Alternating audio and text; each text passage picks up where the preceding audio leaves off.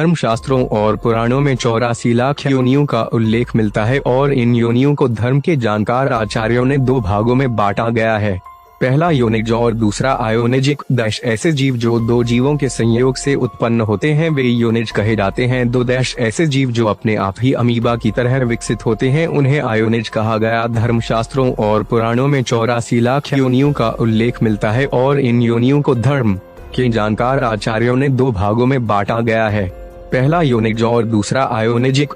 ऐसे जीव जो दो जीवों के संयोग से उत्पन्न होते हैं वे योनिज कहे जाते हैं। दो ऐसे जीव जो अपने आप ही अमीबा की तरह विकसित होते हैं उन्हें आयोनिज कहा गया। 3 इसके अतिरिक्त स्थूल रूप से प्राणियों को भी 3 भागों में बांटा गया है। 1 जलचर जल में रहने वाले सभी प्राणी। 2 थलचर पृथ्वी पर विचरण करने वाले सभी प्राणी। 3 नभचर आकाश में विहार करने वाले सभी प्राणी।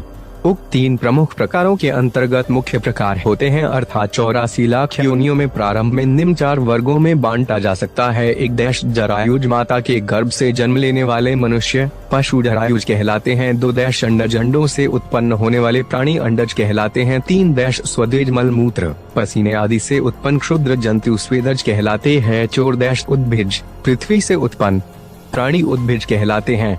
पद्म पुराण के एक श्लोकानुसार जलज नवंबर लक्षाणी स्थावर लक्षविंशति कृम्योरुद्र संख्यक पक्षिणाम 10 लक्षणन 3 लक्षाणी पशव चतुर लक्षाणी मानव। जलचर 9 लाख, स्थावर अर्थात पेड़ पौधे 20 लाख, सरीसृप कृमि अर्थात कीड़े मकोड़े 11 लाख, पक्षी नभचर 10 लाख, स्थलीय थलचर 30 लाख और शेष 4 लाख मानवीय नस्ल के कुल 84 लाख।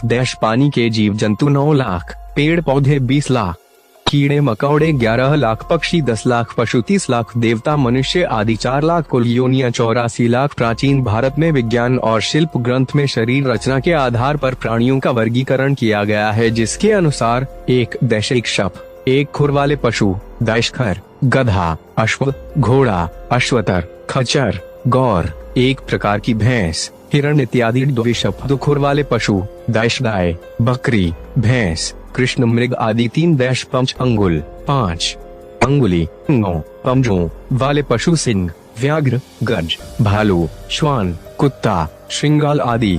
इस प्रकार शास्त्रों में कुल 84 लाख योनियों का वर्णन मिलता है।